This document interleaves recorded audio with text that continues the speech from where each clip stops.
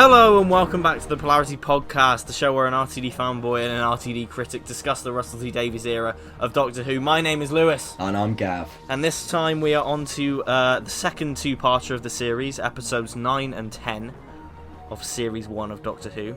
Ooh. The Empty Child / The Doctor Dances. Yes. Written by quite an unknown writer, I would say, named Steven Moffat. Who? And I don't think he ever went on to do anything else. Oh, that's a shame. Yeah. Directed by James Hawes, and you know it's a very we're joking, people who can't get sarcasm. It's a very popular episode. It's even in pop culture, I think, just in general outside of the Who sphere, this has kind of broken through and become quite semi-iconic, I would say. But the big question, Gav, what do you think of it? I don't know, to be honest with you. Good start. It's pretty good. I don't know if it's this masterpiece that people say it is. It's pretty alright. I like it, but I don't love it, and I can't quite tell you why. Okay, well, maybe our little dissection and trip through will be able to nail down why. This is what I was hoping for. I was watching it and I was like, why the hell don't I like this? I'll figure it out when I could do the podcast. Yeah, there we go. Well, I, of course, I watched this one a lot as a kid. I really like it a lot, which is, I'm aware it's a very generic opinion. But do I think it's like top 10 of all time? No. But it is bloody good. And it's interesting to watch when you know what Steven Moffat would go on to do with Doctor Who, actually.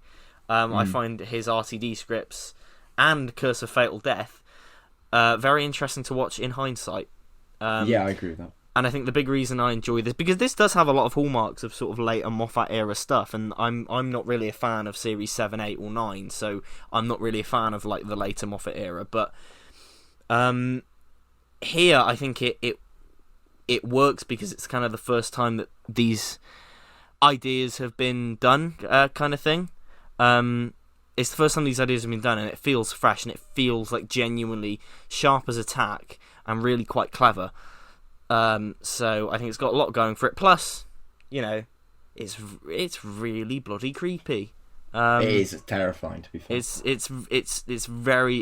known as one of the scariest for a reason. I think we'll touch on it as we go through. Actually, no, I'm going to save this point for when we go through. Ignore that. So starting off then, we immediately, after the big action kind of pre-title sequence, we're going to go through this chronologically because it's easier with two-parters.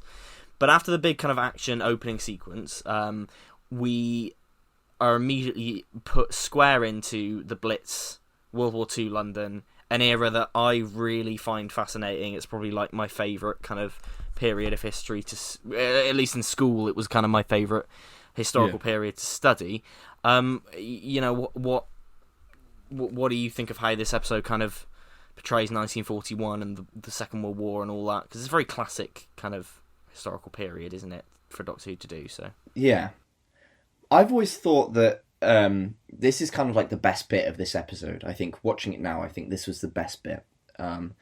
Like, in terms of the way it's shot, in terms of the way it feels, it's very like stylish. There's a certain level of like glamour, but you can also tell right away that it's the Blitz. Like it sort of doesn't. It's quite obvious, but it's shot in this very kind of suave way, a bit like a noir to begin with.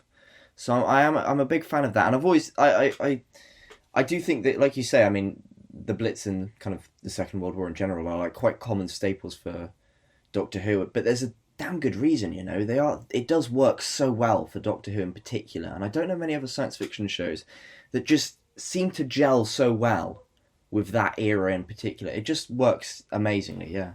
I reckon it's because of the inherent Britishness of Doctor Who, and as well, we have like, World War II, Britain in World War II, it's everyone always talks about wartime spirits, keep calm and carry on, and all that. I think it's that connection, maybe.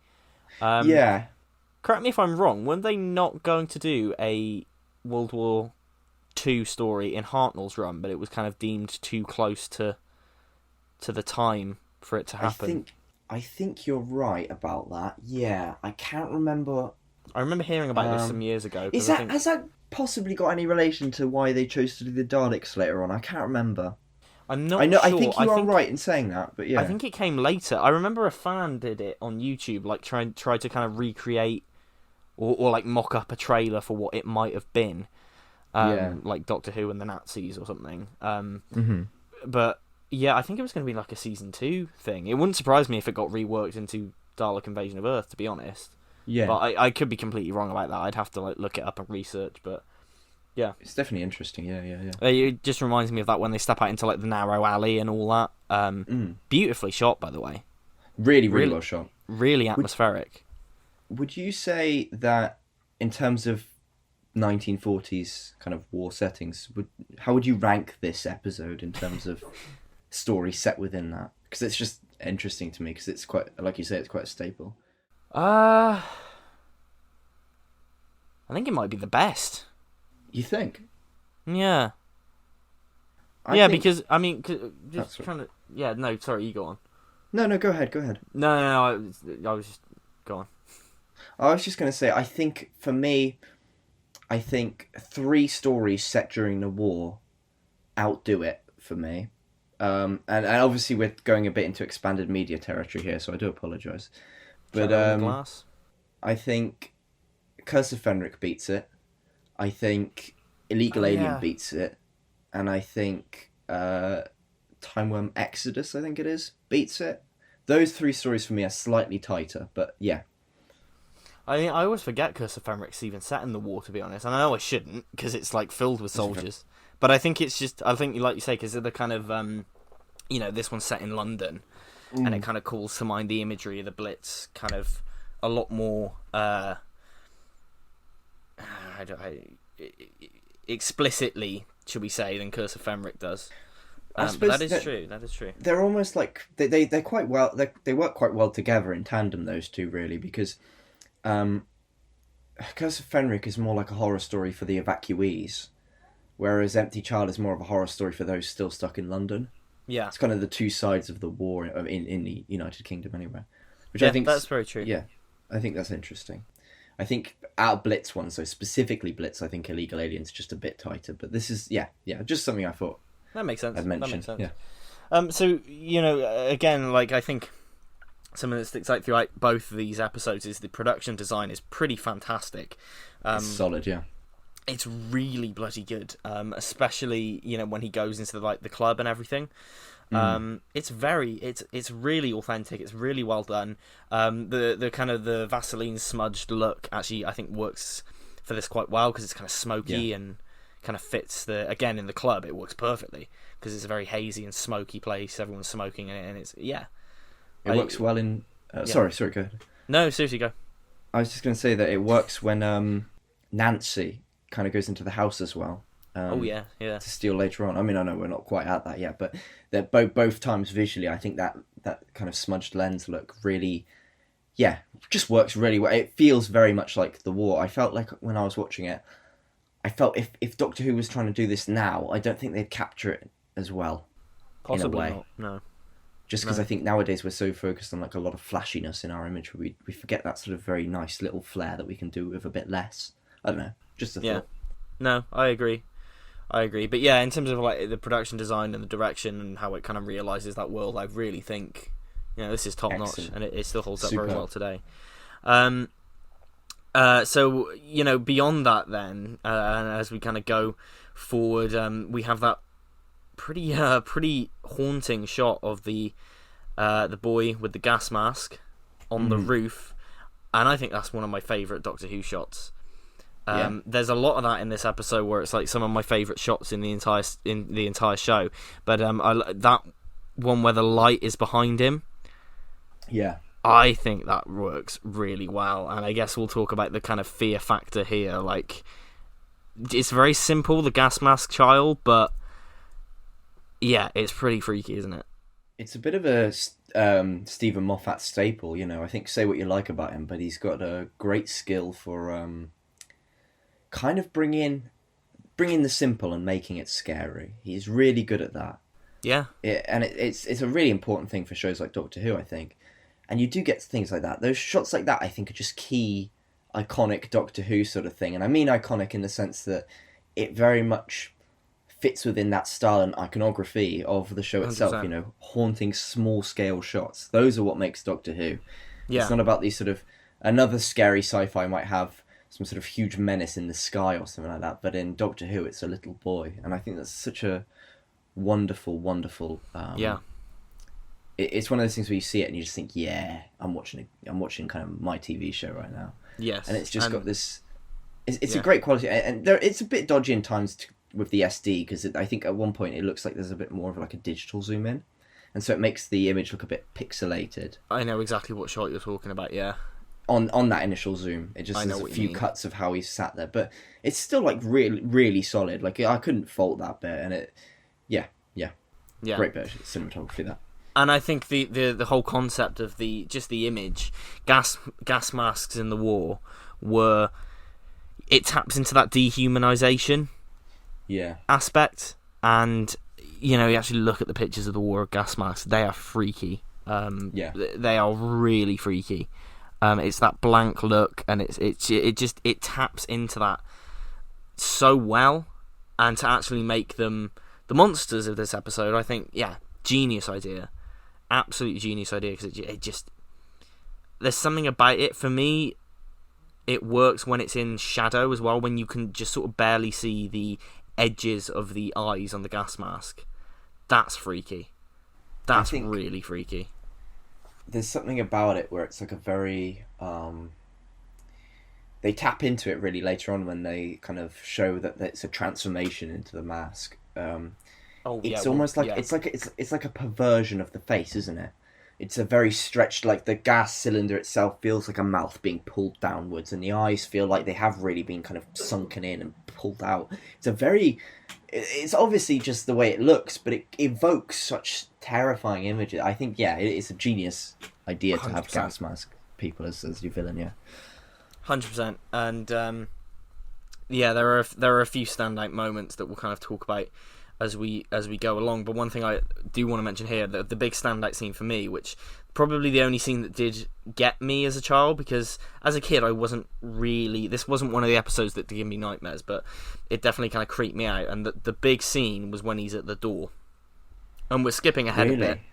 Yeah, we're skipping ahead a bit, but just seeing his silhouette at the door, that got to me as a kid, and just hearing the I'd say it's quite iconic in the actual true sense of the word, the "Are you my mummy" thing.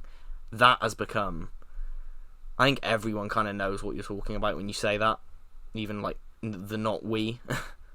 It's like such a clever line to me because it plays on kind of very basic human instinct, which is a really clever thing to do. I think most of us, on a primordial level at least, would associate mothers with protection, safety, those sorts of things. That's the way animals operate, right? Mum is safe, right? That's the idea.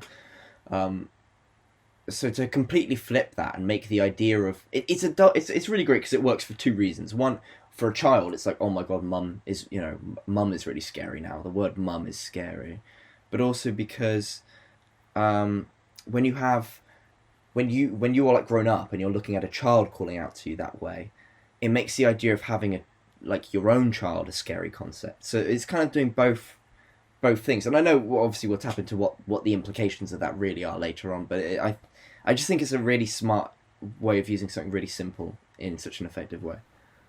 Yeah, and I think it's really the way it recontextualizes that line at the end of the episode into something really emotional as well is very clever. Yeah. I think that's a very kind of, I don't know, it just works and makes you reconsider the whole episode once you've watched it, and it makes rewatches really fun because you kind of have the information that of the true identity of this kid. Yeah. I think that aspect of it is brilliant, and just the line again, it stuck out to me as a kid was the I'm scared of the bombs, like that. I don't know why I just as a kid it stuck in my head. It's got like a haunting finality to it. You could kind of piece together, because when I was watching it today, the last time I watched it, I was like tiny. I didn't watch it. It's not one of those that the last time I watched it was on broadcast. I did rewatch it, but it was years and years and years ago. So I kind of knew, but it's one of those things where just that phrase alone, "I'm scared of the bombs," kind of for me painted a big picture of what might have been going on, which was obviously resolved later on, and that's probably partially because I remember a bit of it, but also just like it's such there's so many little lines in this that work really well. Yeah, and are foreshadowing to what is actually happening, but isn't too obvious with it. Yeah, it just gives you little hints to keep you guessing. It just enough, and I think that's marvelous. The way it's laid in. It's a really tight script. I mean, again, this is, you say what you will about Steven Moffat, and God knows I have, especially his later stuff. But when he wants to write a really tight, clever script, he will really put work in, and he'll make scripts that are just very complex and layered, but like I said, just really tight and really kind of watertight, especially in this era, where I think he did his best work. I think at this stage of his kind of Doctor Who career, he kind of really functions as a great sort of like based on your taste of Doctor Who, you can kind of go down the path of multiple writers within this, and I think Steven Moffat's really there. He's excellent for people who like really witty scripts, who like really kind of smart, short ideas. I think he's good for that. In the same way, I think maybe I gravitate to Paul Cornell's like sensitivity. Do you know what I mean? Yeah.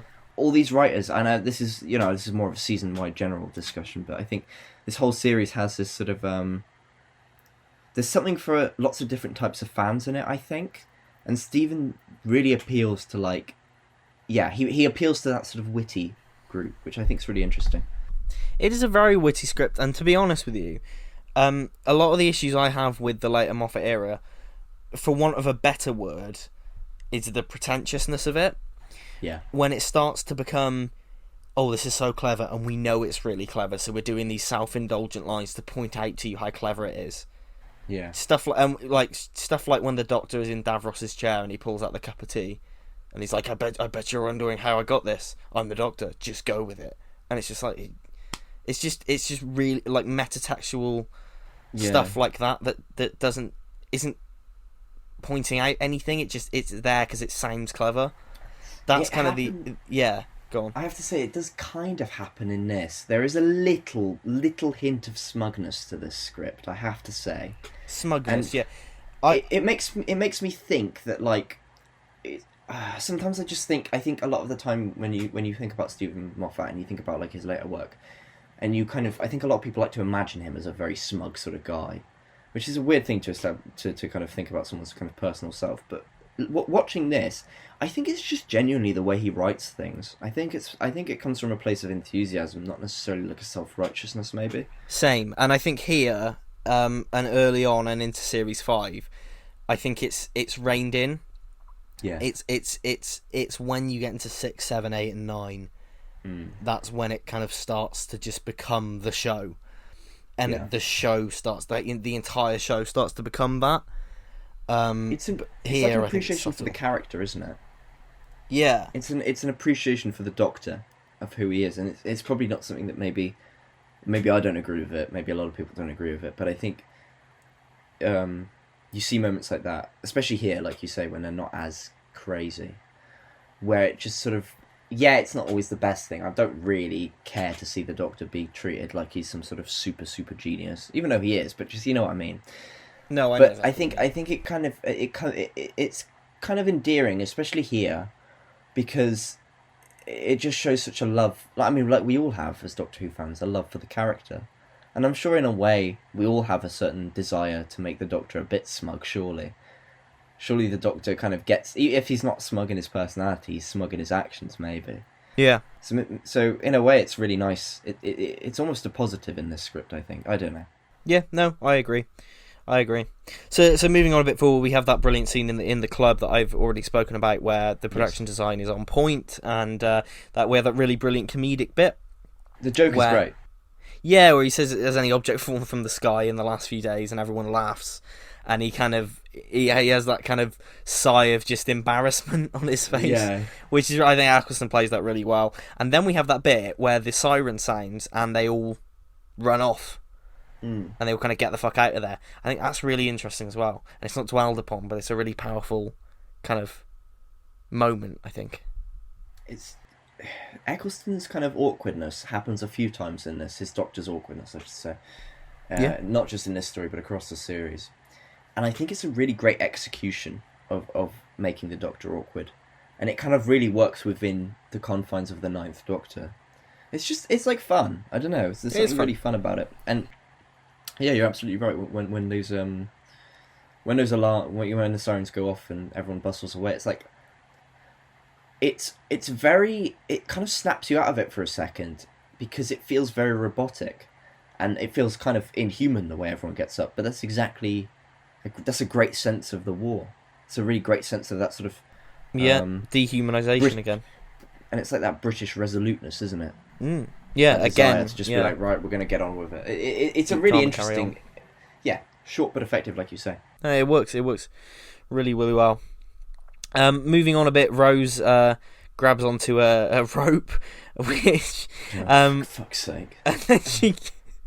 It's not funny. It isn't one of those things. It's funny. I don't think it is. It's a funny concept to kind of think back on. She grabs it, and then the balloon just takes her with it, and just whisks her off, and she's just like in the middle of London in the sky. To quote Michelle from Derry Girls, with the Union Jack splashed across her tits. Jeez. I think it works as an image.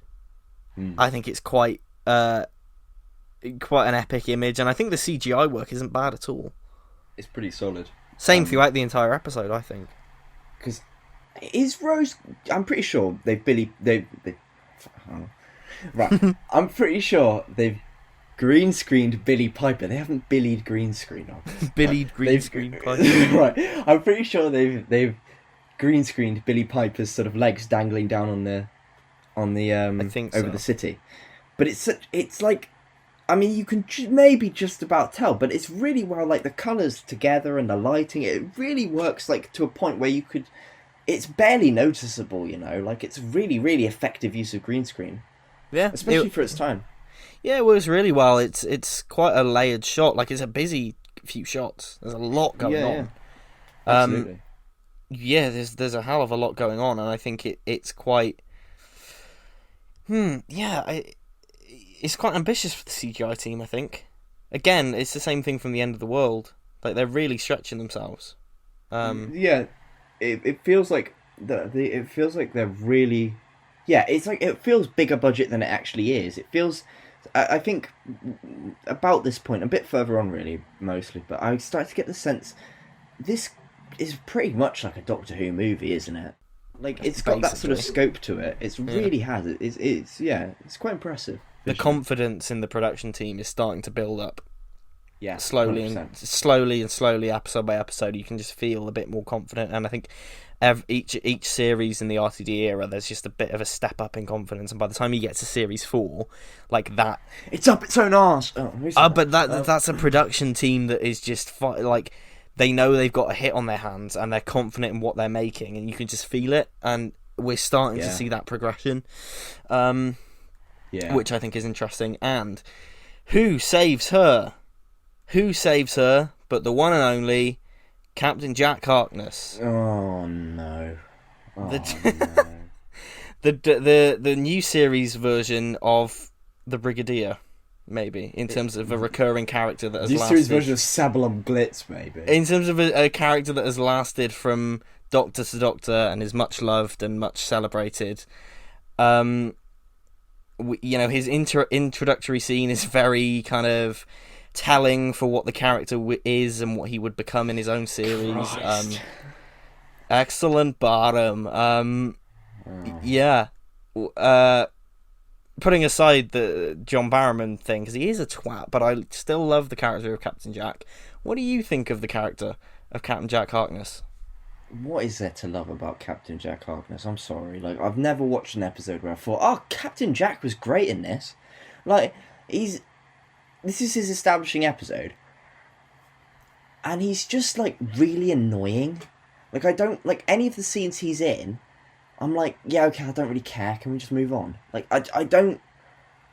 to me, he's probably part of what knocks this story down for me, because I think it's part... I just find him kind of insufferable, you know? Like, he feels like he's from a different sort of show entirely, and that's probably why he goes on to have his own one. And it just feels like he feels like out of place for me. And I know he's kind of quite literally out of place, but he's out of place within the like Doctor Who universe. I kind of understand what they were getting at with him. In this story he like has there is quite an obvious like purpose in a way, isn't there? Because he's almost like a bit of a foil to the Doctor. He's a bit of a kind of like he at first perhaps presents himself as an idealized version of what Rose wants the Doctor to be. But, yeah.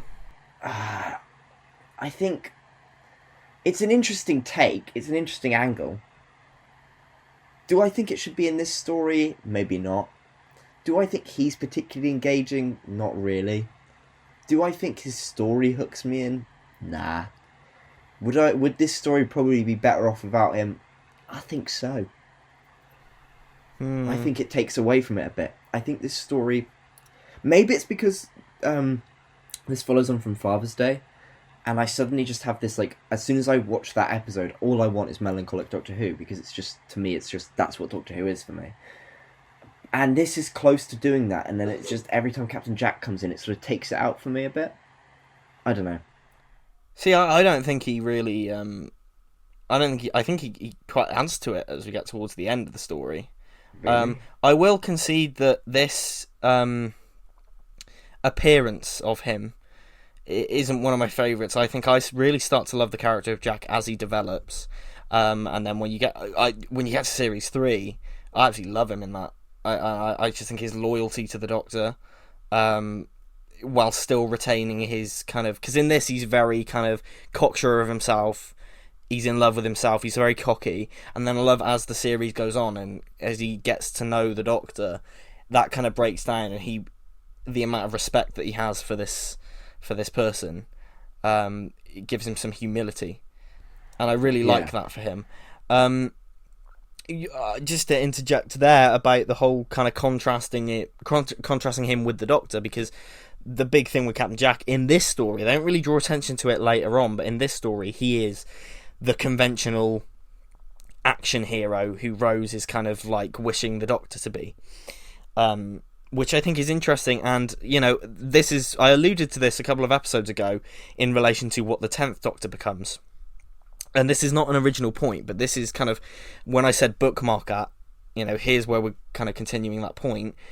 Captain Jack influences what the 10th Doctor becomes, I believe, and people have said this before, and I fully buy into this theory. Captain Jack is what influences the regeneration into the 10th, because in this story we have Rose asking the Doctor to be more Spock. You know, where are the gadgets? Where's the kind of action hero kind of thing? The Doctor, obviously, he doesn't use violence. Jack doesn't mind it. He's always, you know, that Jack's got all these like space age gadgets. The Doctor's kind of got more kind of rundown, humble stuff. He's everything Rose wants him to be. And then what does the 10th Doctor become? He becomes a handsome guy, more conventionally action hero. He starts creating more gadgets. He's a bit more Spock. The 10th Doctor is a gift to Rose.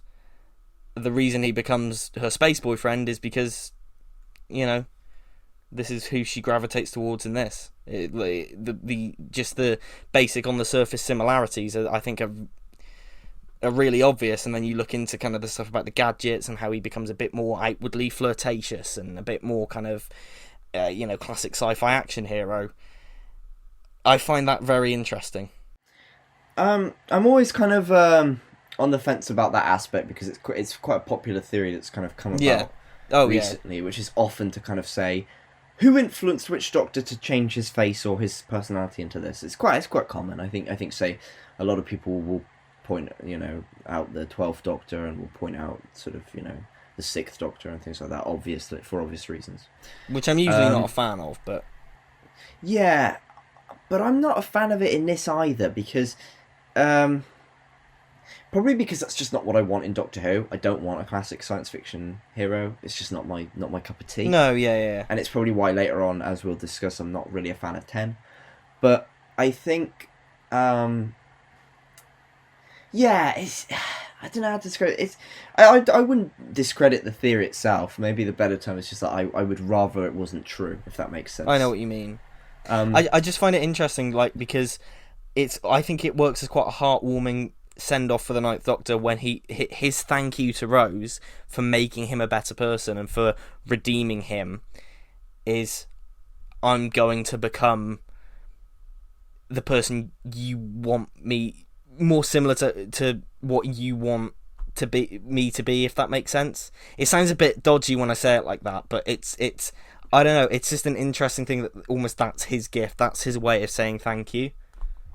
Yeah, I mean, I could see it in theory, I suppose, but it's I don't know. Even the way they style his hair, like in series 2, is very similar to Jack's in this. It's just one of those things. I suppose. I think when I look at, I do find actually, I wanted to pick you up on the kind of be more Spock sort of thing. It's a bit weird when she's telling him that exactly as he's got his sonic screwdriver out and he's, magically picking a lock open with great science fiction technology. It's like, hang on. That's true, but it's a screwdriver. I'm pretty sure that's a gadget. But it's a sonic screwdriver, whereas she wants like a phaser or a staser or a... Yeah, I know. Like a cool gun or a... Yeah. It's not like, I wouldn't describe it as an error or anything. I think it's, nothing like that. I just think it's interesting that Rose will say that, whereas I think, to be honest with you, if someone whipped out a sonic screwdriver and was, magically opening locks that way, I think I'd be pretty bloody impressed, do you know what I mean? Yeah, but I think that, and they make the joke, like, what are you going to do, assemble a cabinet and all that, and then it's proved at the end that, that'll get us out of the situation. Jack's squareness gun ends up failing in the end, and the doctor replaces it with a banana. You always take a banana. No, I think it's an interesting. Like I say, I'm not picking it up as an error so much as I'm picking it up as maybe an interesting fault on Rose's part. Just kind of interesting that her character kind of fails to recognise this sort of thing, and I suppose it speaks to what you were saying before about her and how she's kind of immature and stuff like that, kind of not realising the good in these sort of little things. Yeah, just thought it was an interesting point about her character, really. Yeah, it's interesting, and again, like I just think Captain Jack. I think it's great that the new series has, or I guess had, because I don't think he'll be appearing anytime soon. But I think it's great that the new series had a version of its own version of something like the Brigadier, where it's this character that is beloved and kind of lasts from Doctor to Doctor, incarnation to incarnation. I just think it's great that they had a character like that. The Jack's often said that it's kind of a role model for people in the LGBTQ plus community, because of course he is openly, I mean, what would you I think they say omnisexual. Yeah, I was going to say omnisexual. If it moves, I think for him it's fair game. Oh god, especially when we get to Torchwood, he'll fuck everything. Anything's fair game. Anything's fair game, and a lot of people find that very, who saw that as kids and have come out, as they've grown up. I think it's very cool that they have that character, and he helped a lot of people. So I just think I think just to have a character like that is pretty fantastic. I think this story's quite good for it in general, isn't it? Because sometimes I noticed a lot about there's a lot of kind of homosexual undertones in it. There is. I'll say particularly homosexual, because I think it's quite a lot of it is about kind of men and men rather than kind of in general. And I found myself at times thinking, this sort of writing is kind of you could see this being written now. You know what I mean? I mean, obviously it's got a bit of a tone of like kind of, it does feel a bit new and kind of sparked and kind of like, oh, I'm daring to sort of say this sort of thing on telly, as a lot of things at the time were. Yeah. But in terms of its frequency and its way of handling it in most other respects, it feels very modern, very kind of progressive and up to scratch, which I thought was really interesting and pretty cool. It does, and I think I think the reason Jack was a role model for a lot of people was because they never make his sexuality. It just is him. It's positive as well. It's positive, and that's just who he is, and they never have a storyline where somebody challenges him for being bisexual or omnisexual or anything. Like that's just who he is. And he's presented as that, and the show never draws attention to it. It's just like, yeah, this is this guy. He will screw anything that moves, and that's just who he is. And that's positive, I think. It's interesting as well, because obviously we had that talk earlier about that when we were doing Aliens of London World War 3, about Rose's quite controversial line, calling the Doctor gay and stuff like that. And it's like, well, it's kind of interesting. It almost is like a little bit of a resolution here, isn't it? Because she's a bit confused, and the Doctor's like, well, and what does he say? Something like, lots of people, you can have different dance partners. He'll dance with more people than just. I can't remember what he says.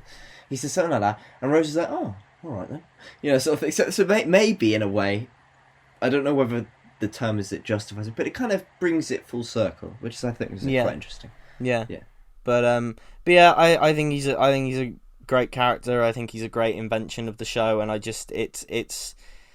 I think the character has lasted for so many years just because of how well he's been developed, really. And I've not seen all of Torchwood, but the first 2 series is what I've seen, and they do a great job of like revealing his backstory and how Captain Jack, wasn't his real name, and he kind of took it from this soldier. It's a great episode.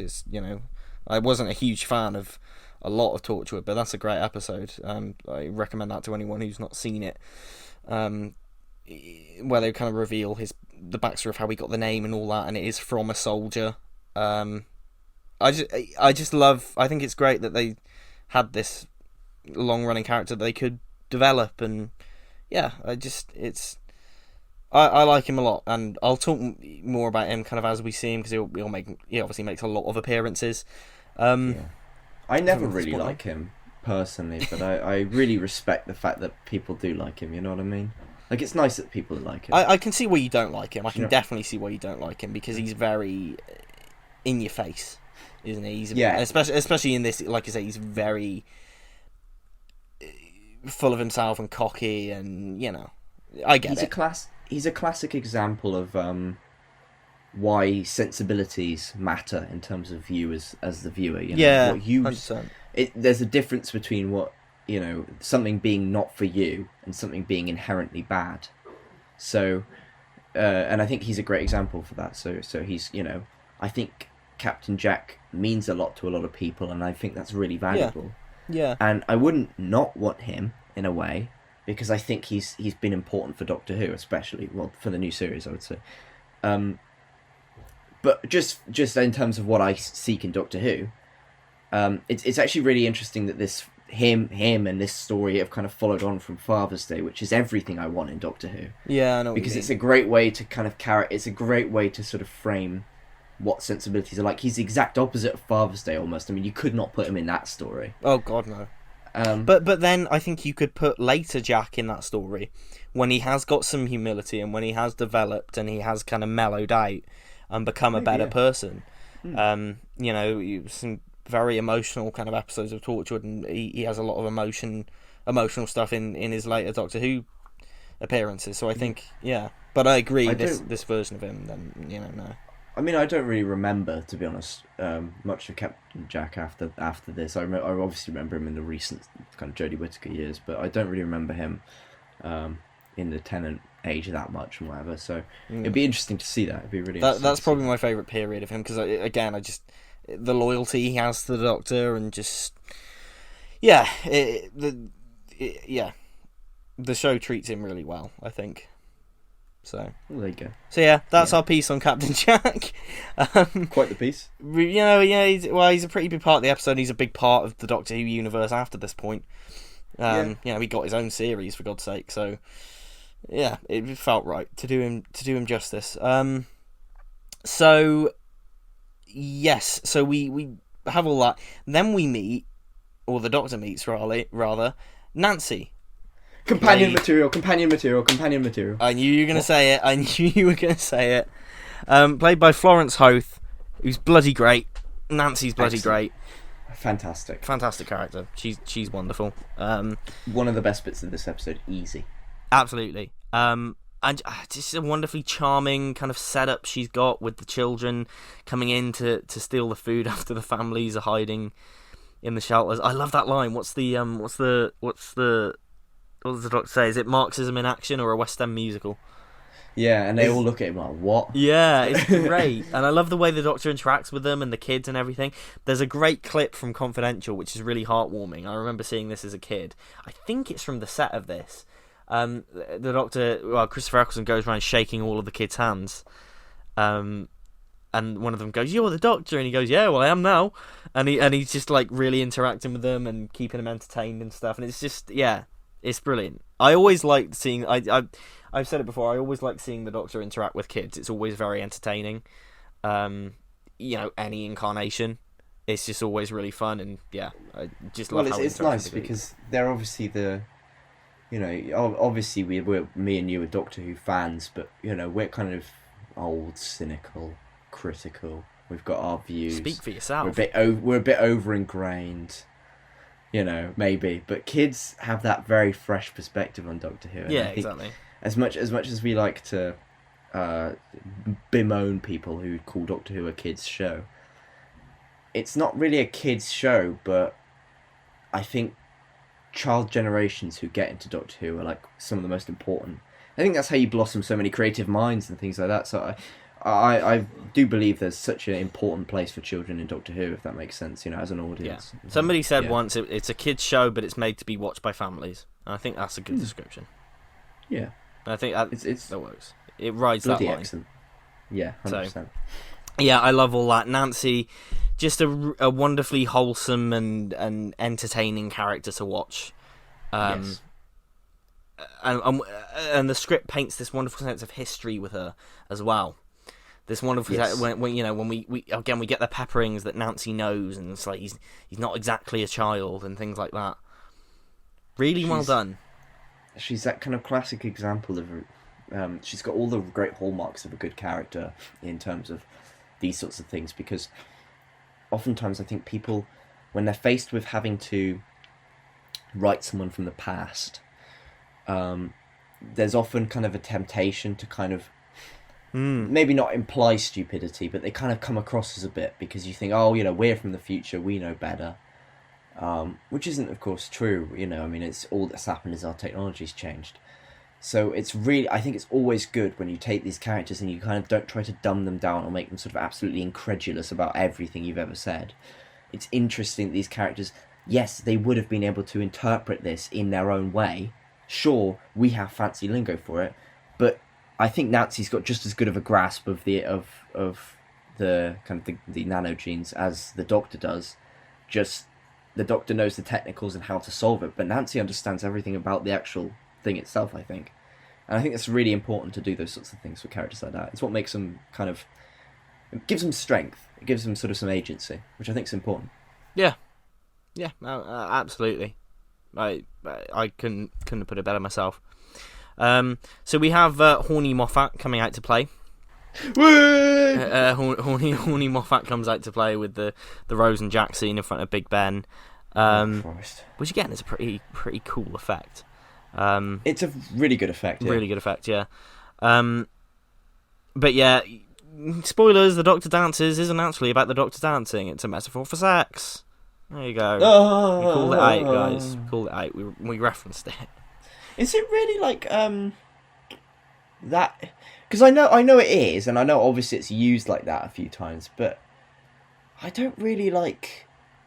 I suppose it's because I'm focused on the other aspects. This is just typical me. I'm too busy bogging myself down with the melancholy of the story that I don't really think about those sorts of things. Is there a point at all where that's quite like? Is that a focal point of the story? Maybe is that a good way of wording it? I don't think it's a focal point, but it's very much like it's front and like it's when you grow old enough to realize what it's doing, it's front and center, isn't it?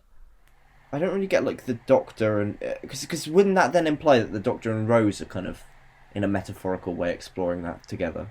Well, yeah, because it's like, come on, Doctor, show me your moves. Rose, I'm trying to resonate concrete.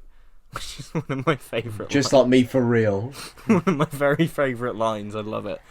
Sigma male strategy number.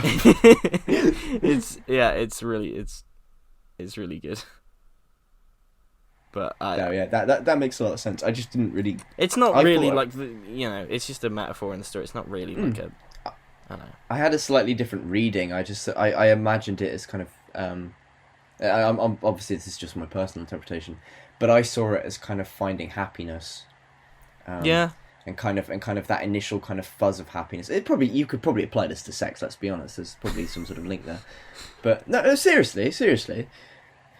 But in terms of the way I viewed it, I suppose I just thought that this is kind of like Rose finds happiness, kind of short-term happiness in Jack, and then kind of thinks that, yeah, this was fun, but is Jack really kind of like, is he doing this for the right reasons? But yeah, now let me share a moment of happiness with the Doctor. And I don't necessarily mean that kind of sexually so much as I think it's almost like Rose understanding that this made her happy, and meanwhile the Doctor's just sort of sat there stewing in his own conscience, and she's like, hang on, maybe I should give him a bit. It's an interesting progression for her as someone who is, you could probably describe her in this series as quite selfish. That's just my interpretation of it. No, that makes sense. I definitely think you can read into that. Yeah, I completely agree. But it's interesting that Moffat kind of puts that in, considering how overtly sexual a lot of his Doctor Who would become. Again, that's why I think this is interesting to watch in hindsight. I think it's kind of I think it does slightly imbalance the story though, no matter how you read it, because it feels like there's two strands in this story to my mind. There's like you were saying, the Doctor dances sort of subplot, right? Or the sub-theme, I guess. And then you've got the themes of sort of, I think the themes of grief and coming to terms with that, and maternity, and all of those sort of interlinked things. And you can obviously have multiple themes in something, and obviously no one's stopping you. But and I think it often works in favour of good television. But it feels to me like those themes of motherhood and grief and guilt and kind of trauma and all of that seem to be woven into one thing, and then kind of the Doctor dancing and stuff just feels a little too separate for me, where it feels a little disjointed. I can see where you might think they could link, happiness in relation to grief and guilt fits in, but I just think maybe just because it's done in that way, and there's, like you say, the kind of sexual metaphor or whatever, they just feel just a little too separate from me to really want them both in the same story, if that makes sense. Yeah, I know what you mean. I feel like that could have been the kind of Dancing Doctor kind of sub-themes could have maybe worked separately better. Makes sense. Yeah. No, yeah, that makes sense.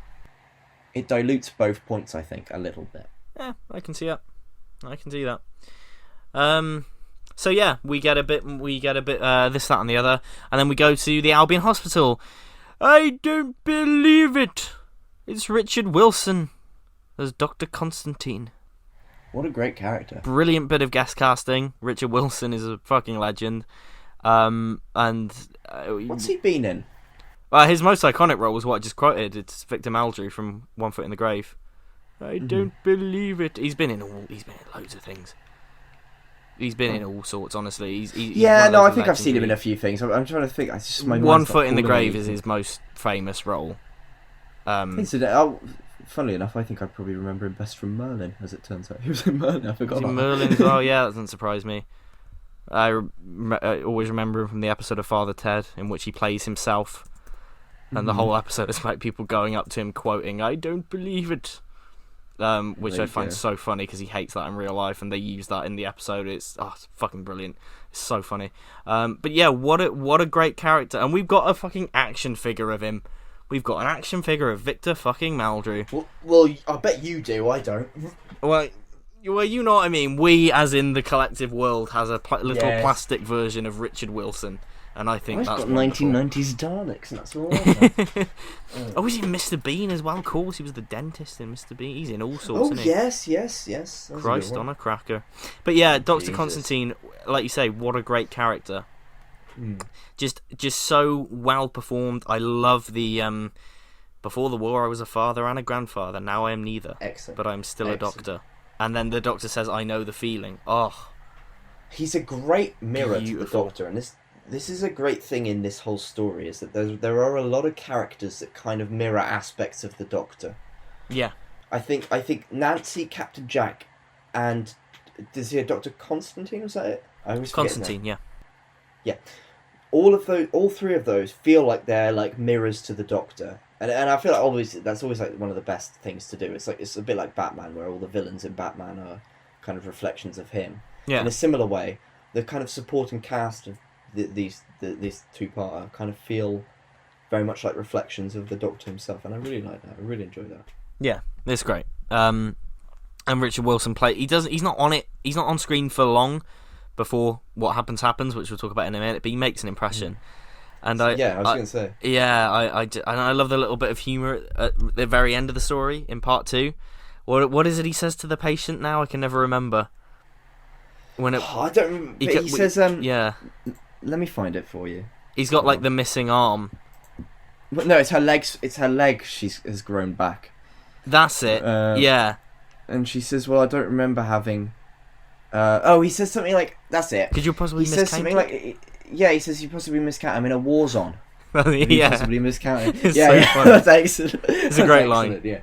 And he plays it really well. He's bloody great. Absolutely. And then we get probably this, another bit that's often recalled to, references the big traumatizing moment from the episode.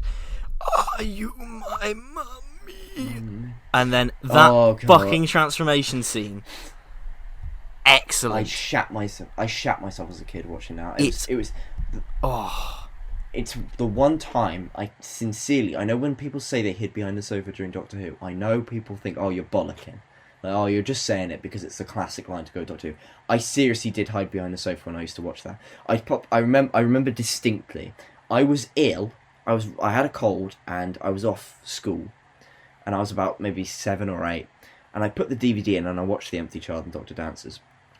And that scene came on, and I was, ill, weak, nauseous. I flipped myself over my own sofa, smacked into my patio window, and just hid there waiting with a sore back until I heard the scene end. It really, really scared me as a kid. Don't blame and then you. afterwards, I had to open one of the books. I can't remember which one it was. It was like. I've got them right here actually, but I don't remember which one it was. It was like the Creatures and Demons, Aliens and Enemies, or Monsters. Yeah, I have those. It was one of those. Very nostalgic. Where they show you how they did the sequence, and I kept having to go back and look at that. I was like, no, look, it's fine, man. It's just CGI, Gav. You're okay. Yeah. Really used to scare me. But what great CGI though. The way it kind of comes out of his mouth, and oh my god, it's a classic horror film transformation sequence.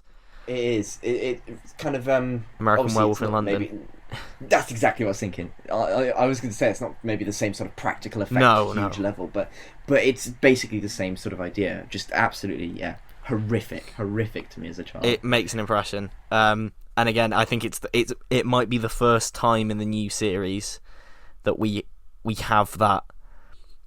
People now looking back on it like nearly 20 years on. I say nearly 20 years. It's basically nearly 20 years on. This is the first time in the new series that we have that classic moment where you're going to get that in documentaries about TV in decades to come, saying, "Oh yeah, when I was a kid, it was that moment from that Doctor Who that really scared me." In the same way that people talk about it on documentaries now, like people talk about the Daleks.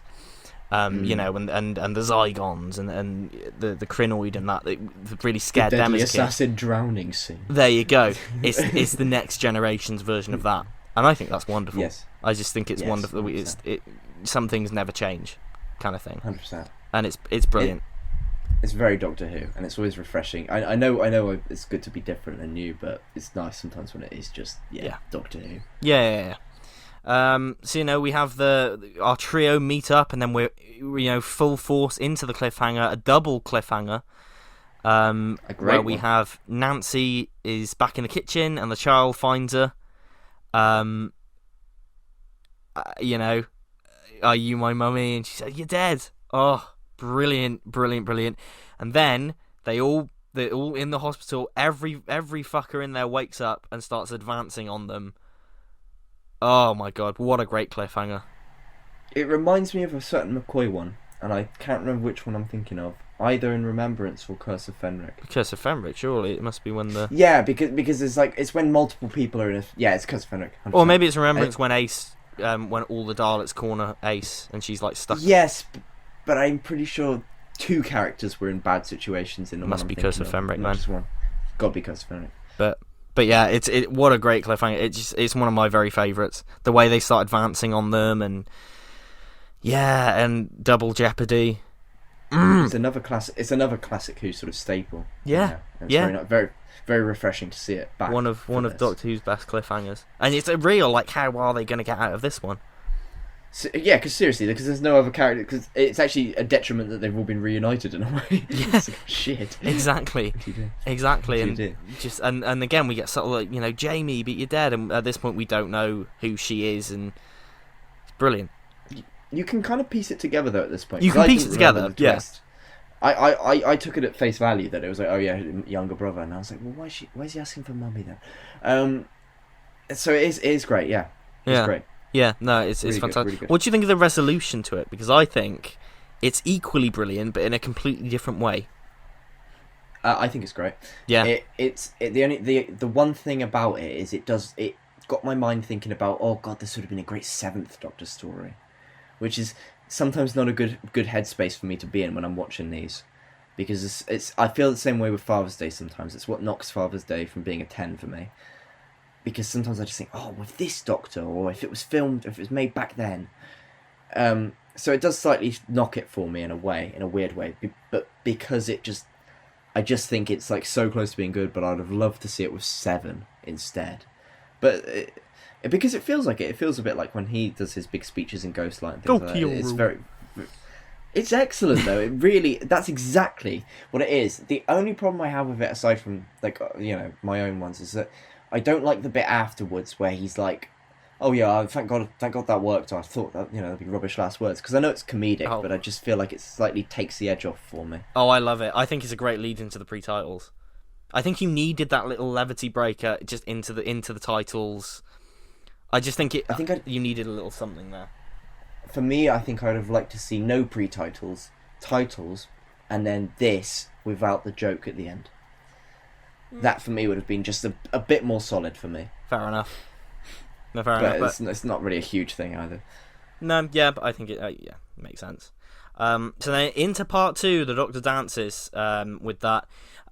Jack's a con man. He's not really the dashing sci-fi hero that we think he is. And again, it kind of taps into the fact that he's selfish and stupid in this episode, and then he meets the Doctor and he is bettered by that, which is kind of an overarching, arc for him. But yeah, I think this twist worked really well at shattering Rose's illusions, making her a bit more appreciative of the Doctor. I think it's because it's still firmly saying, the Doctor's way is the better way. I think it would be problematic. Well, not problematic, but it'd be a bit weird if it was kind of taking Jack's side, if the episode itself was.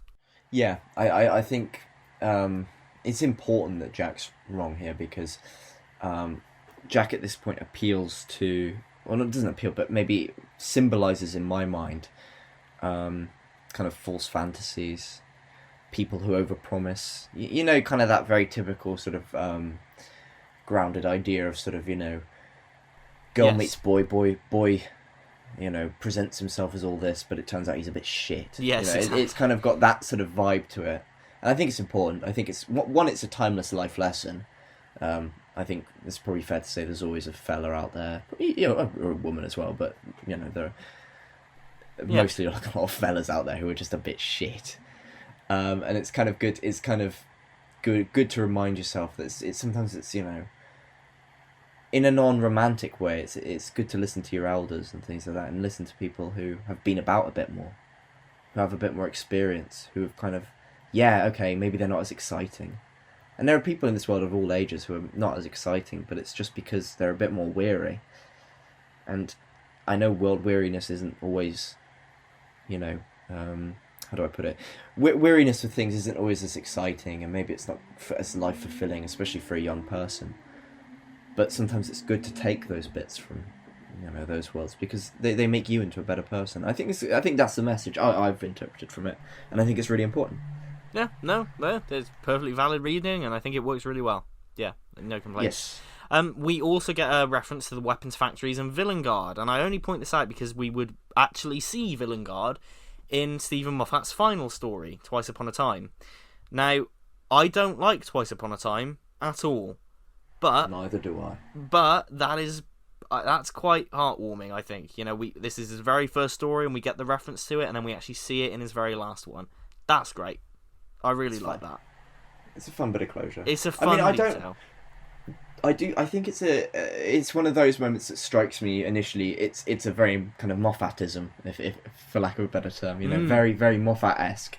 It's quite subtle, though, yeah, isn't it?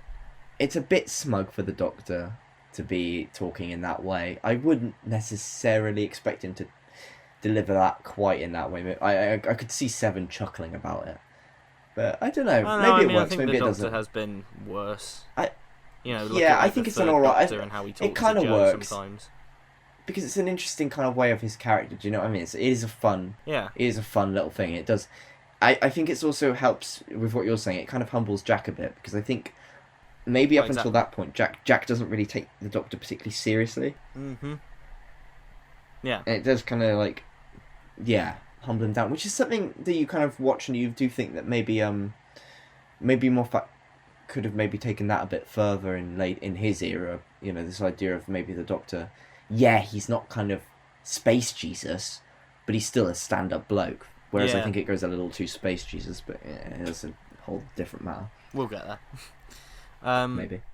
But yeah, Nancy gets caught by the family, and we get that wonderful bit where she blackmails them, and everyone on the street believes that it's the woman that's messing around with the butcher, but actually it's you, Mr. Lloyd.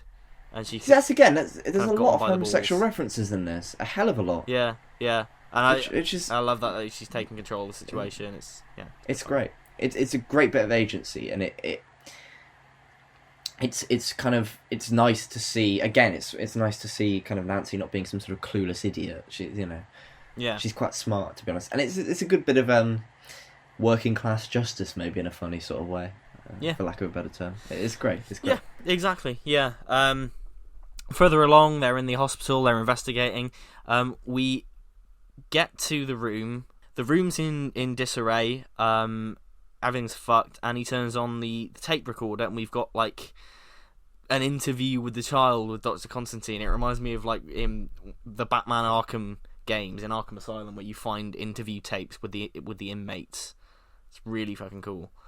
And we get that incredibly clever bit, and this is one of those things that Moffat would reuse, and it was never as effective as it is in this first time. I was going to say, where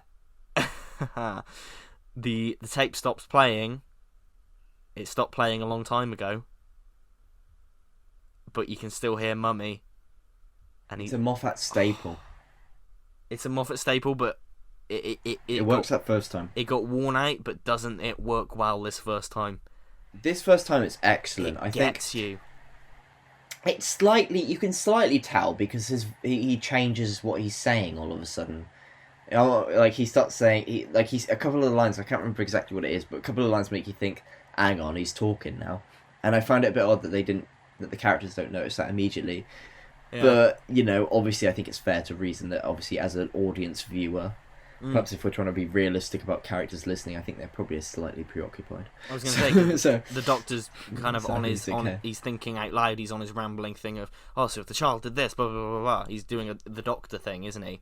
So they're preoccupied with that, and then it's like, the tape stopped a while ago, so why are we still hearing it crying? Yeah. Oh, it's so good! It is good. I've sent the child to his room. This is his room. And then they turn around and see him there, the little fucker pointing at him. Dirty bastard. Bloody good. It is bloody good though, that's what I mean. It was never, every time they used that trick, it was never as effective as this first time. It touches in the writing like this. It's so fresh and clever and new and tight. It's excellent. From this point onwards, I feel like also there's a nice kind of switch for a little while where it just feels a bit like a zombie movie.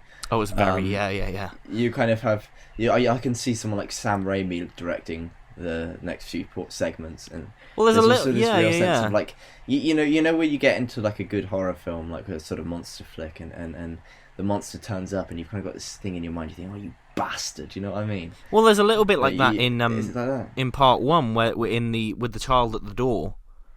And there's that kind of corridor shot that turns into a Dutch angle. There's a couple of Dutch angles in this. Actually. Yeah.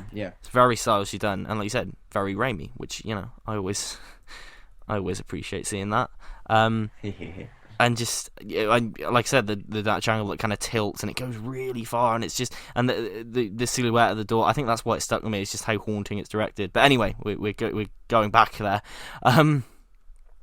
So I do find this episode, like a lot of two-parters, I do find that it does kind of quite a lot of it is in this hospital. I think it can get a little bit kind of in one room, in out the other. We got to do this, but it gets a little bit repetitive. Weak as hell. But like you say, it's a zombie movie, and I think it works in playing at that claustrophobia. I really like it for the most part. It's just that kind of thing. This is less memorable than part 1 for me, but it's still really good. Yeah, it does begin to lose me a bit more, but it's like, I mean, I suppose in a way, what else could you have done? Yeah.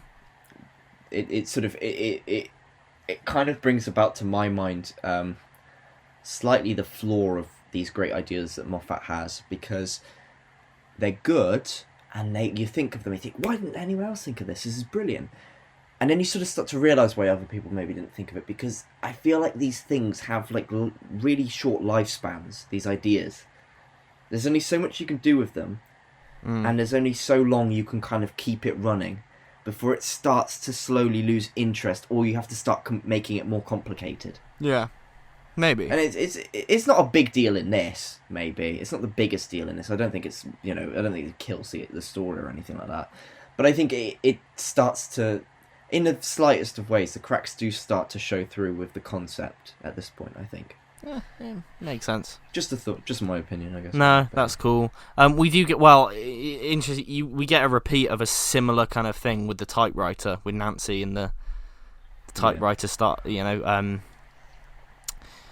typing by itself, which I still think it's an effective moment because it's so similar to the tape thing. It does kind of okay.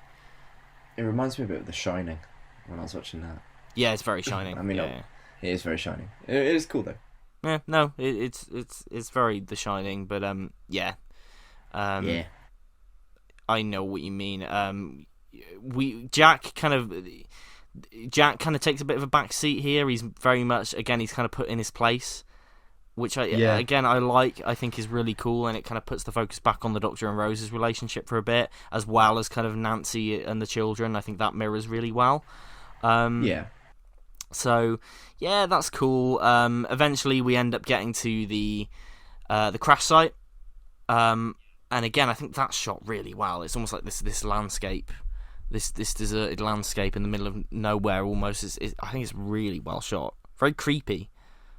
It's a great example of like where you could probably see that it's not like the biggest set in the whole universe, but it's shot in such a way that you wouldn't really be able to tell. Yeah, exactly. You know what I mean? It's great taking advantage of really what's a small plot of land with a quite big prop inside it. Yeah, exactly. Really well done. And we get another horrific transformation sequence with Jenkins, the soldier. Oh, Jesus, yeah. That's really good as well. That bit just before, when Nancy's trapped with the other guard who's transforming, Jesus. That's what I mean, yeah. Oh. I thought that one was even creepier, because you don't see any transformation. But I think the dialogue really freaked me out when I was watching it, because she asks him like all these things. She says, she asks him to recall people in his family. He can name his mother just fine, but when it comes to his child, and I think it was his child and his wife, he can't do it, and he just completely starts stuttering and trying to say mummy. It's awful. That's almost scarier than the transformations, I think. Bloody good. It's bloody good. And the fact that she's really handcuffed as well. Yeah. really, really good. Yeah. Really great. Yeah, it makes sense. And again, we get that reference, like you said, that people are more flexible with who they dance with. It does play as a bit of a resolution to Rose's attitude in the other episode. You're right. I'd never really considered that, but it is a bit, and I don't know if that was intentional, but you maybe. Could read it that way. And so many species, so little time. I think he says. Yeah, it feels like he's sort of educating her. She was a bit ignorant before, and now he's sort of It's an interesting approach. 51st century, people are probably past the labels and shit like that then. Oh, I sincerely hope so. Yeah, right. Yeah. So action-packed, heading towards Very the finale. It is a zombie movie, isn't it? Like you just said. It is. It is. It's a zombie movie from this point on. We do get a really lovely scene between Nancy and Rose when they say we're from the future, kind of thing. Yeah. And Rose kind of tells her that we win the war, but Nancy doesn't believe it at first because Rose isn't German, and that's really good. I think that's a nice little heartbreaking kind of detail as to the attitude of where the war was going in 1941. Still years away from victory.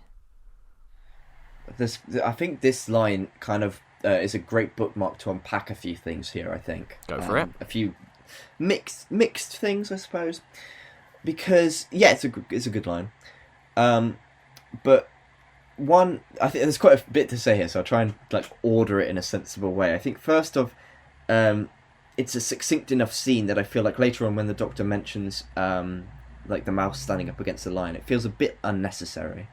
It's an extra speech that I don't think needed to be in there. It's sort of, I don't know, that's more of a case of whether something was really needed. Fair enough, I like it. Also at this point, it draws a load of parallels to Curse of Fenric. We've got discussions about what happens after the war. We've got people's loss of hope. We've got people from London in the future. Earlier on, when we were talking about flirting with the guard and distracting the guard, there's a lot of Fenric parallels at this point, I think. And the Horde as well coming. I think I just noticed a lot at this point. Had a lot of parallels with a story that happened really one series before. Yeah, that's actually true. And I think it's interesting to explore those things. I personally don't think it's done quite as well in this.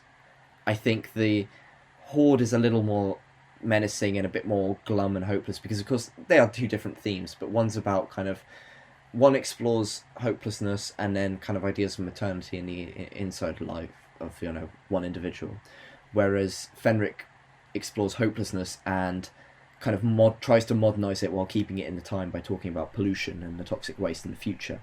Yeah. So they're both really riffing off very similar ideas, and there is motherhood in Curse of Fenric as well.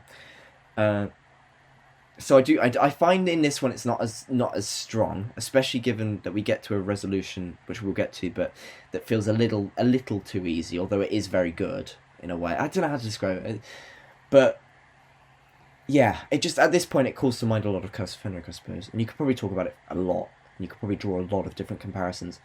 I think Fenric does a lot of these things stronger. I think the guard scene's a bit stronger in Fenric. I think the zombie style stuff is a bit stronger.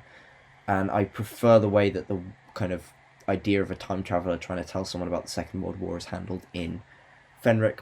But it's just an interesting set of parallels, I think. No, you're right, there is a lot of parallels. I mean, for me, they're different enough that I'm not comparing them all the time, because Fenric, I think I get a lot more of that out of that in terms of faith. And that's a stronger theme in that. That's a stronger theme in it. I think this is, that's not really present here. No.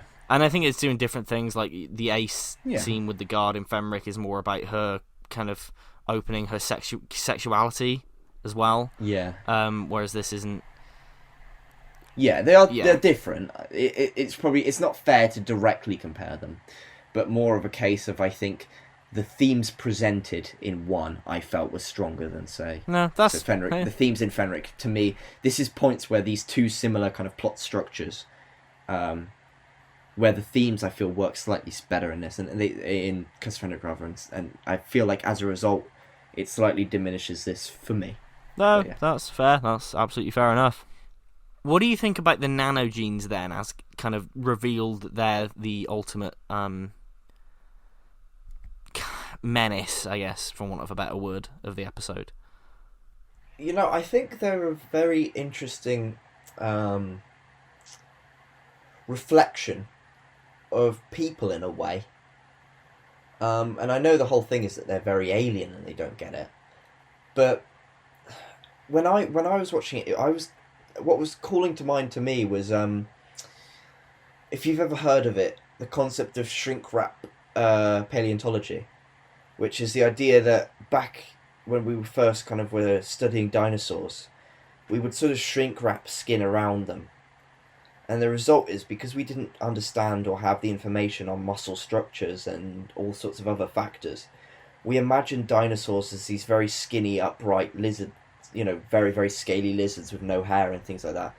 Whereas nowadays we understand them as having more muscles and feathers and things like that. And it reads very similar to me, and it kind of... I don't think maybe that was the intention, but it kind of reads as a bit of dark humour in a way, if you view it that way. But in general, it's also quite a great reminder that, like, we're quite misunderstood. We can be quite easily misunderstood. There's no reason why something else should just understand us. It's great. It's really interesting. Yeah. No. Yeah. I completely agree. I think the nanogenes, they work really well as a twist, and it's such a bloody life-affirming ending. It's so fucking feel good when the mask comes off Jamie. The Doctor picks him up and screams with joy, and laughs, and Nancy hugs him. He says, I'll always be your mummy." It's so bloody heartwarming and life affirming, and just this once, everybody lives. It loses me a bit there. Of course it does.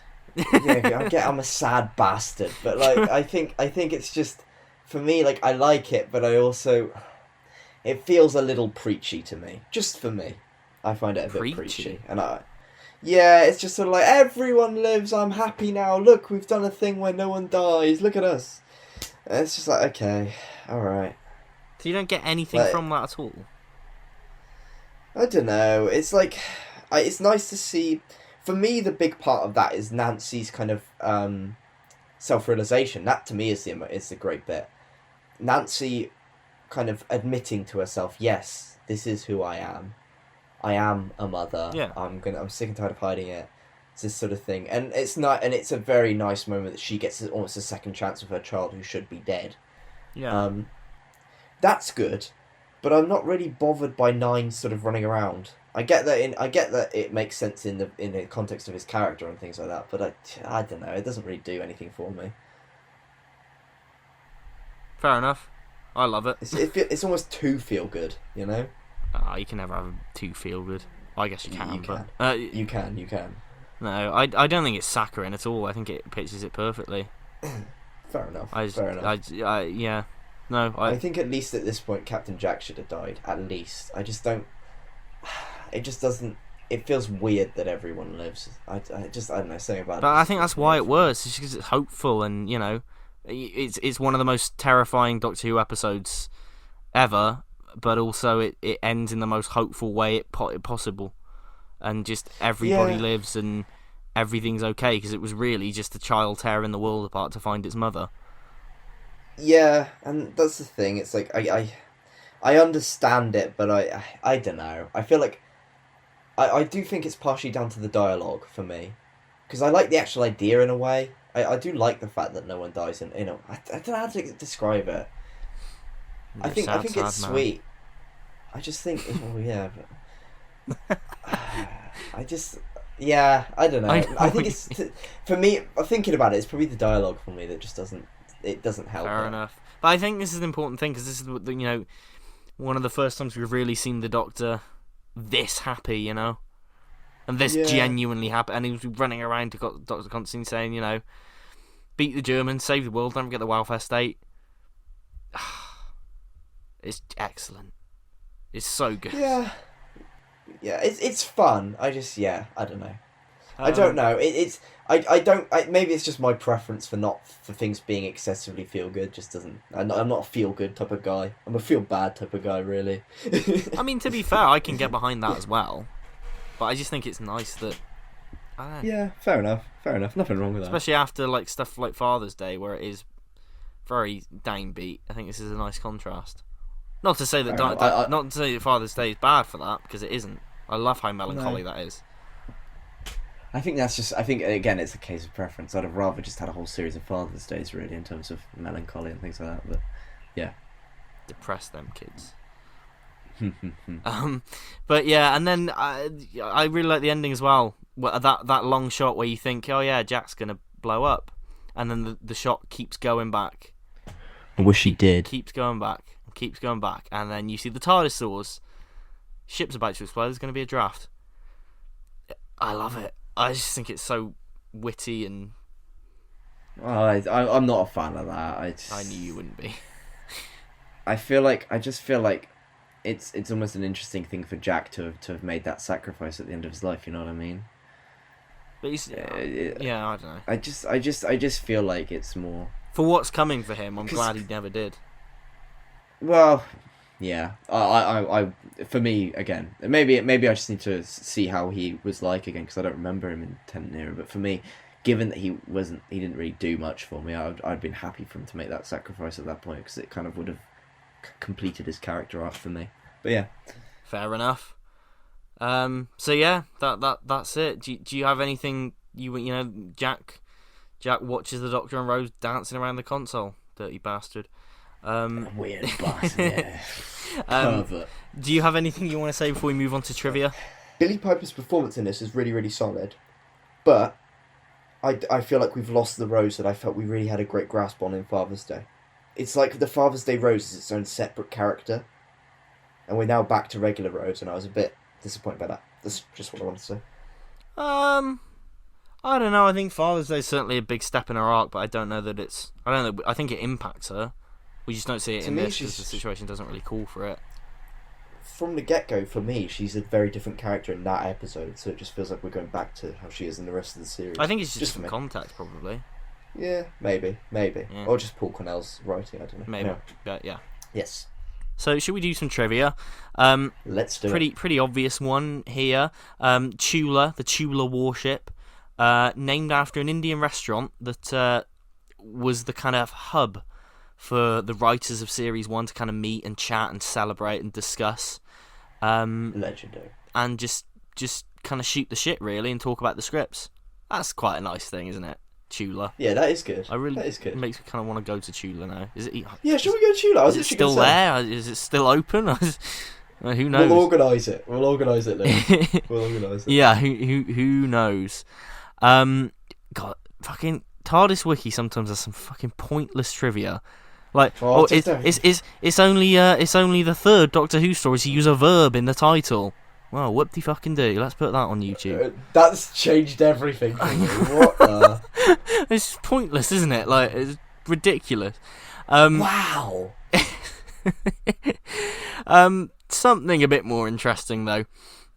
So, this, the infamous transformation scene, originally that had quite graphic sound effects of bones cracking and skin stretching over his face, but it was deemed too horrific, and so last minute before broadcast it was removed. Now some fans on YouTube did recreate what it might have been like initially, and it's interesting how sound design does kind of lend a more horrific quality to it in a way. When I was a kid, I think my brain just thought there were cracking sounds. Well, what's there? Because what's I left? always remembered it as having cracking sounds. I never remembered it being as quiet as it was when I watched it. Well, what's left is you can hear the plastic and the rubber in the gas mask stretching, and it still sounds a bit like that. Well, that's the thing, because I think maybe it's just that kind of childlike, overactive imagination. Probably. But I think if you told me that there were cracking sounds and I hadn't rewatched it for this, because the last time I watched it, like I said, I was about 8. Yeah. If you told me, oh yeah, there were cracking sounds, I'd be like, oh, yeah. Yeah. Because that's how I've always imagined it. Yeah. It was. Well, yeah, it caught me off guard when I was like, oh yeah, hang on, this doesn't actually have. Yeah, it's just kind of weirdly quiet. Yeah. Yeah. No, I know exactly what you mean. Jack as a character, Russell T Davies kind of mined a lot of his own favourite kind of works of fiction. So the name Harkness comes from the Marvel Comics character Agatha Harkness, currently starring in the MCU, played by Oh fuck! I'm gonna get killed by Stan Twitter. Oh shit! Not Stan Shit! Twitter, oh my god! Shit! Jesus. Shit! Catherine. Oh well, somebody will put it in. Google it, my boy. Somebody will put her in. Either way, it's a Marvel, Hold on. a Marvel Comics character that Russell Davies was a fan of, and that's the inspiration for his name, Catherine Hahn. Yes, her, please. Her. Have mercy on our podcast, please. Have mercy. Sorry, Stan Twitter. She is brilliant. I do agree. The coat was designed after Malcolm Reynolds from Firefly. His whole demeanor was designed after Angel from Buffy. The whole name. I thought that when I watched it. I thought because we talked about it being like Buffy, and I thought this is very Buffy. He's very Angel. He's very like dreamboat kind of thing, and that was intentional. So yeah, that's cool. It pleases me as a fan of those shows, but initially the episode was going to be a lot smaller scale. That seems to be a theme for this series. Have you noticed during the trivia? A lot of these episodes say initially it was going to be a lot smaller in scale, but the monsters were added in later. Initially there was no monsters like zombies. It was just going to be a lost kid looking for its mother, a lost boy looking for his mother. So it's interesting that kind of that seemed to be a theme for this series. Is monsters got added in later? What are your thoughts on that? I genuinely do feel like, having watched this, that this would have probably been a better one-parter, like just a standalone, or just a slightly longer. Would have been alright, yeah. Episode.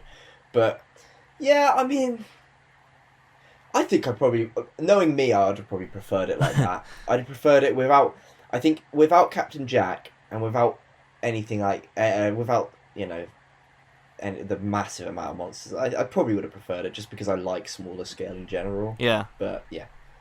Fair enough. One last one. In the DVD commentary, Steven Moffat did say that there was a line when the Doctor and Rose are talking, and they say, like, what should she call him? Initially, there was a thing where he went, Doctor Who, as in, Doctor Who, what should I call you? Doctor Who. And the Doctor's reply... She says it in the episode. Does she? Yeah, she says Doctor Who in the episode. At least in the yeah. But the extension. The original reply was going to be, I'd rather have Doctor Who than Star Trek. Oof. I'm glad that didn't happen. Shade. It's shade, but it's like it's one step too. It's one of those things. It's like when you get to like series 10 and he's doing the whole I am Doctor Who, I like it. All that shit, which is just it's all right. It's just annoyingly smug, and it's going into that territory. So I'm glad it didn't do that. I don't know, but who knows? So what would you give The Empty Child / The Doctor Dances, both parts, out of 10? Yeah, I think I'll give this episode, I'm going to give it a 6 out of 10. Okay, that's maybe higher than I thought you were going to go. It's alright. Yeah? I don't really... Yeah, I think it's pretty... It's better than average, but I wouldn't exactly call it, oh my god, this is amazing. Do you know what I mean? Fair enough. It's got a lot of good moments, but just not enough to sway me over, you know what I mean? Fair enough. It's another 9 for me. Just like last week. It is another 9 for me. God, this run of the series is so good. Yeah, I can't really fault it. I think it really holds up. It's sort of become semi-iconic for a reason. It's really frightening. It's really exciting, and it's by the end really life-affirming and emotionally uplifting. It's a very feel-good thing. So I love it. It's a nice contrast for us both. I think it shows. I know obviously you think Father's Day is great as well, but I think it's interesting. I think it maybe speaks to both of us as viewers. Empty Child has that sort of positivity and life affirmation, which I think you quite like. Whereas I like that sort of melancholy broodingness that Father's Day offers. Well, to be fair, I like not to say that we can't enjoy the other one. I don't think it means. You Oh don't. yeah, but like some of my favourite But, bits of fiction are like that as well. Like Yeah. it just tends to, I don't know. But yeah, it's not like a concrete rule. Do you know what I mean? But I just thought it was interesting. No, yeah, it's a good point. It's a good point. Polarity, innit? Hey, Shall we wrap it up there? let's do it.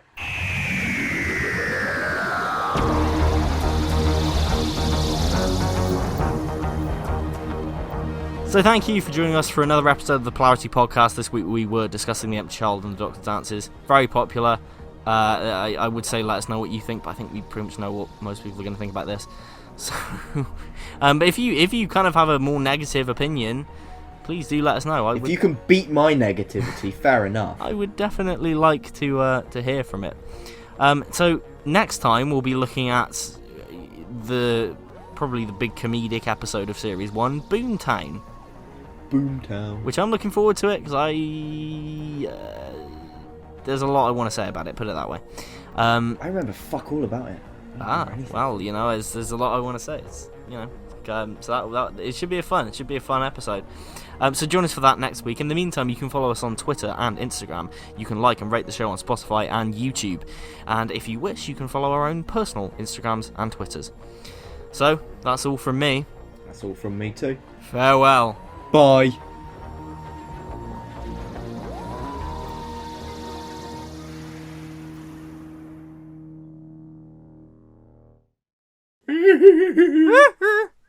Ave Maria.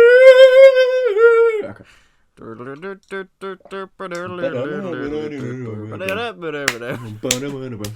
Oh, this is going in the after credits. Nightmare.